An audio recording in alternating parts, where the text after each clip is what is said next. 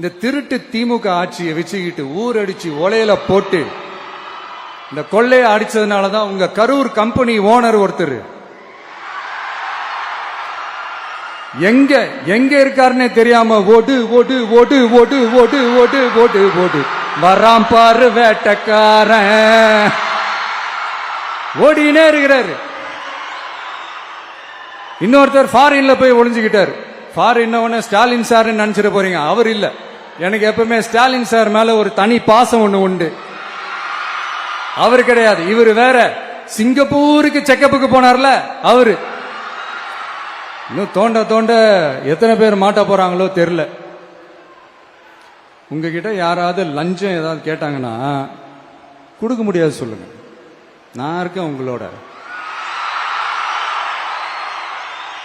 அப்படியே யாராவது ஃபோர்ஸ் பண்ணாங்கன்னா இது எங்க மகன், எங்க புள்ள, எங்க அண்ணன், எங்க தம்பி, எங்க விஜய், எங்க விஜயோட ஆட்சின்னு ஸ்ட்ராங்கா சொல்லுங்க. மக்களே, நீங்க கூட இருக்கும் போது லஞ்ச ஊழல் மட்டும் இல்ல, அதிகாரத்தை வச்சு ஆட்டம் போடுற யாரா இருந்தாலும் அடங்கிடுவாங்க. இந்த கடமை கண்ணியம் கட்டுப்பாடுன்ட்டு ஒரு காலத்துல கொள்கையோட இருந்த கட்சியெல்லாம் இன்னைக்கு எப்படி இருக்கான்னு உங்களுக்கே தெரியும். அதாவது இந்த டிவிக்கே கட்சியோட தலைவரை எதிர்க்கிறதுல ஒரு நியாயம் இருக்கு. ஏன்னா உங்க பொழப்புல மண்ணள்ளி போட்டான். என்ன இந்த ஊழல் லஞ்சம்லாம் பண்ண மாட்டேன்னு சொல்லி உங்க அரசியலை ஒரு தெருமுனைக்கு கொண்டாந்து விட்டான்.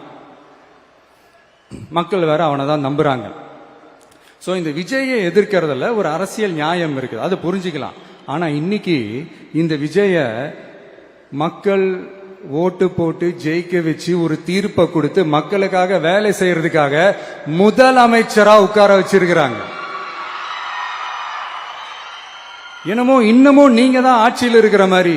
விஜய் கரூருக்கெல்லாம் போக கூடாது, விஜய் இங்க போக கூடாது, அது செய்யக்கூடாது, இது செய்யக்கூடாதுன்னு எனக்கு புரியலையே.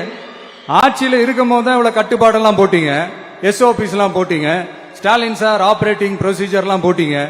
இப்பவும் அதே பண்ணிட்டு இருந்தீங்கன்னா என்ன சார் நியாயம்? இல்ல நான் தெரியாம தான் கேட்கறேன். இன்னும் கனவுலயே இருக்கிறீங்களா? முதல்ல முழிச்சு வாங்க, ரியாலிட்டிக்கு வாங்க. உங்க ஆட்சியெல்லாம் வீட்டுக்கு போய் டிவிக்கேன்னு ஒரு ஆட்சி வந்து ரொம்ப நாள் ஆச்சு.